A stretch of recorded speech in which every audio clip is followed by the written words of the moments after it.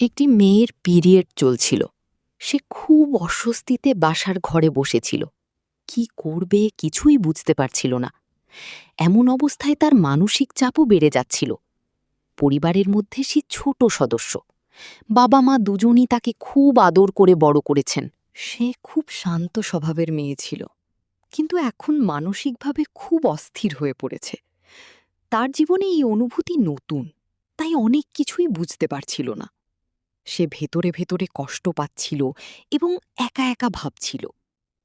এই সময় তার পরিচিত একজন মানুষ, মিস্টার তানভীর, বাড়িতে আসে। দরজায় শব্দ হলে সে চমকে ওঠে। সেভাবে তিনি এসে গেছেন। মেয়েটি কিছুটা লজ্জা ও অস্বস্তিতে পড়ে যায়। পরিস্থিতি এমন যে সে উঠে দাঁড়াতেও পারছিল না ঠিকভাবে। ভেতরে ভেতরে ভয় আর সংকোচ কাজ করছিল। মিস্টার তানভীর ঘরে ঢুকে শান্তভাবে বসে। তার চোখে এক ধরনের সহানুভূতি ছিল।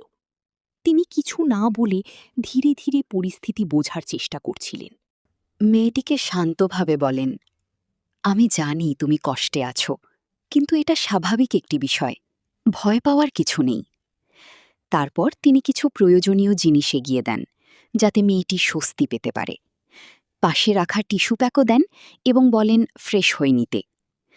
মেয়েটির চোখে জল এসে যায়, কিন্তু এবার সে কিছুটা স্বস্তি অনুভব করে। ভেতরের চাপ ধীরে ধীরে কমতে থাকে। সে মনে মনে ভাবে মানুষটা কতটা যত্নশীল এবং বোঝার চেষ্টা করছে। তারপর ধীরে ধীরে পরিবেশটা স্বাভাবিক হয়ে আসে।